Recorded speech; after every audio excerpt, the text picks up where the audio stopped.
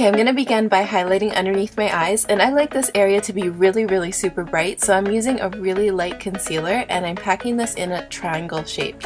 This is going to highlight your cheekbones and make your under eye area look really bright and wide awake. When it comes to highlighting and contouring, it's definitely all about customizing things for your face shape. I have a bigger forehead, so I'm not going to put too much highlight because the highlighting is going to make things look bigger, so I don't want my forehead to look a lot bigger. I just want to highlight a little bit to balance out with the rest of my face. To keep the nose looking kind of natural, I'm going to put a little bit of highlight on the bridge and then a little bit of highlight just on the tip.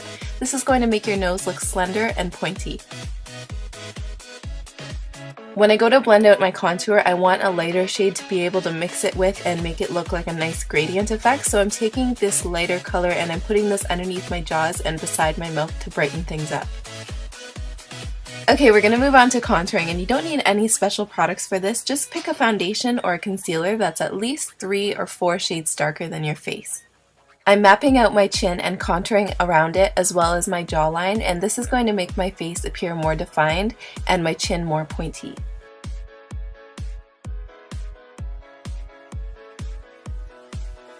If you have a small forehead, don't add very much contour to your face because that's going to make it look even smaller. You can always add more highlight and that's going to make it appear bigger. For me, I have a bigger forehead, so I add a lot of contour and I balance it out that way. And don't worry if it looks messy right now. You don't have to apply your contour and highlight perfectly. You can do it really messily as long as you're putting it in the right places and blending it out properly. Now that we have everything mapped out on our face, it's time to start blending. I'm going to use 2 tools for this because I want to keep my highlight really bright and I want my contour to stay dark. I don't want things mixing together and getting muddy. To blend out all of the highlighting, I'm going to use a purple beauty blending sponge, and this is really soft and easy to work with. I like using this for the highlight and just pushing it into the skin.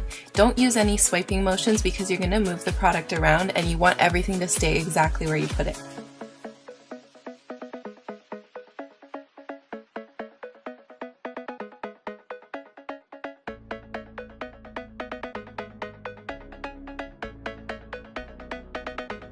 Because I'm using such a bright highlight and such a dark contour, that middle color is really perfect for my skin tone, and that gradient is really what's going to make the look more natural.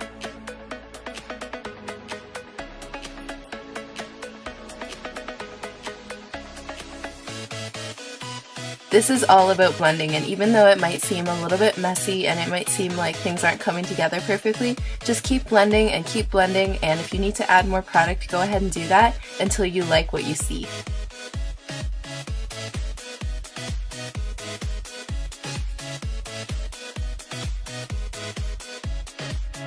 Now we have everything blended out, I'm going to take one of my favorite products right now. This is my Anastasia contour kit, and it has contour and highlight powders in it so you could really set your makeup and not disturb the color that you put down.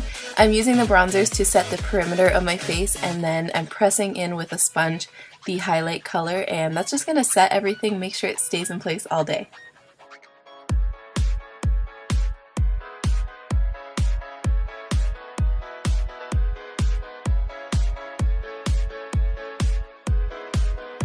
And now your makeup is set in place. It's going to last all day and all night, so this is a really good step, and it's awesome if you're going to